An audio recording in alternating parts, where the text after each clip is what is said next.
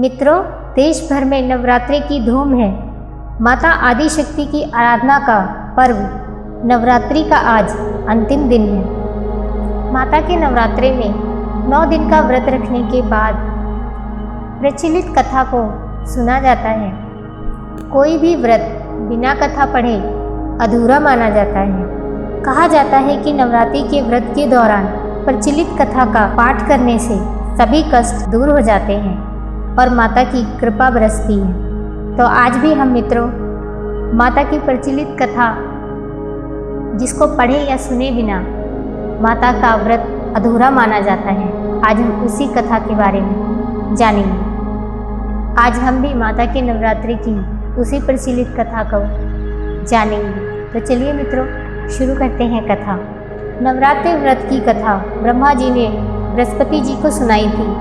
ब्रह्मा जी के अनुसार प्राचीन काल में मनोहर नगर में पीठत नाम का एक अनाथ ब्राह्मण रहता था। वह माता दुर्गा की काफ़ी पूजा किया करता था। उसके घर में सुमति नाम की एक कन्या का जन्म हुआ। पिता प्रतिदिन देवी दुर्गा की पूजा करते तो सुमति वहां उपस्थित रहती थी। एक दिन सुमति खेलने में इतनी व्यस्त हो गई कि वह पूजा में नहीं आ पाई।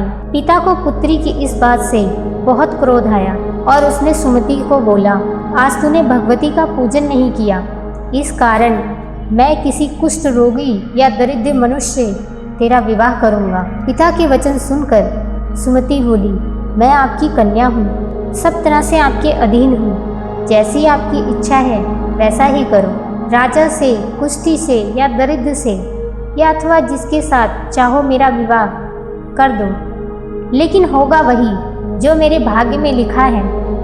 ब्राह्मण ने क्रोधित होकर सुमति का विवाह एक कुष्ठी के साथ कर दिया और अत्यंत क्रोधित होकर पुत्री से कहने लगा, हे पुत्री, जाओ अपने कर्मों का फल भोगो, देखो भाग्य के भरोसे रहकर क्या मिलता है। अब वह बालिका बहुत दुखी हुई और माता से कहने लगी, माता, ये कैसा भाग्य मेरा।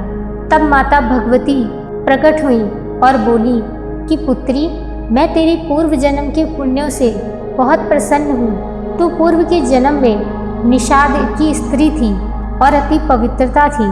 एक दिन तेरे पति निषाद ने चोरी की। चोरी के कारण तुम दोनों को सिपाहियों ने पकड़ लिया और ले जाकर जेल खाने में कैद कर दिया। नवरात्र के दिनों में ना तुमने कुछ खाया और ना ही जल पिया। इस प्रकार 9 दिन तक तुम्हारा व्रत हो गया। हे ब्राह्मणी, उन दिनों में जो व्रत हुआ, इस व्रत के प्रभाव से प्रसन्न होकर मैं तुझे मन वांछित फल देने आई हूँ। तुम्हारी जो इच्छा हो वो मांग लो। उसने माँ से कहा, माँ, मेरे पति का कोढ़ दूर कर दो। देवी ने कहा, उन दिनों जो तुमने व्रत किया था, उस व्रत का 1 दिन का पुण्य अपने पति को दे दो, उससे तुम्हारे पति का कोढ़ ठीक हो जाएगा। देवी भगवती के कथन सुनकर सुमति ने ऐसा ही किया। उस पुण्य के प्रभाव से उसका पति पूर्णतः ठीक हो गया।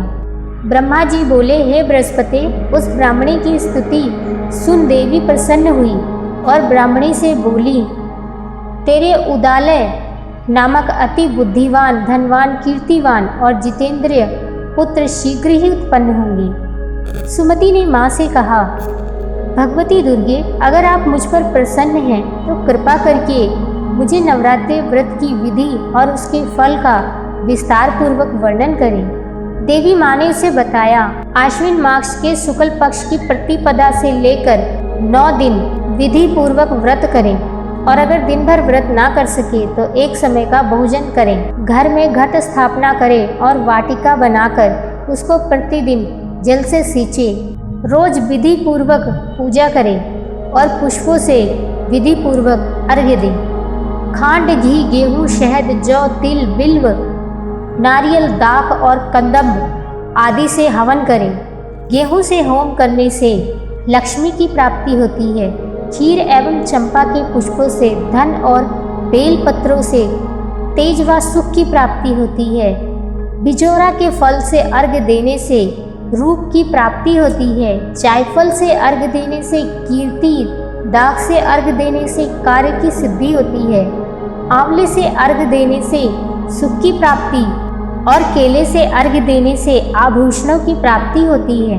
इस प्रकार पुष्पों व फलों से अर्घ्य देकर व्रत समाप्त होने पर 9वें दिन यथाविधि हवन करना चाहिए। आंवले से कीर्ति और केले से पुत्र की, कमल से राज सम्मान की और दाख से संपदा की प्राप्ति होती है। इन 9 दिनों में जो कुछ दान दिया जाता है उसका करोड़ों गुना फल वापस मिलता है। इस प्रकार ब्राह्मणी को व्रत की विधि और फल बताकर देवी अंतर ध्यान होगी। तो मित्रों, यह थी पौराणिक और प्रचलित कथा, जिसके श्रवण के बिना माता का व्रत अधूरा माना जाता है। तो आप भी इसका श्रवण करके अपने व्रत को पूरा कीजिए और साथ ही देवी का आशीर्वाद प्राप्त। तो मिलते हैं अगली वीडियो में किसी और कथा और रोचक जानकारी के साथ। तब तक चैनल को सब्सक्राइब, लाइक और शेयर करें। धन्यवाद।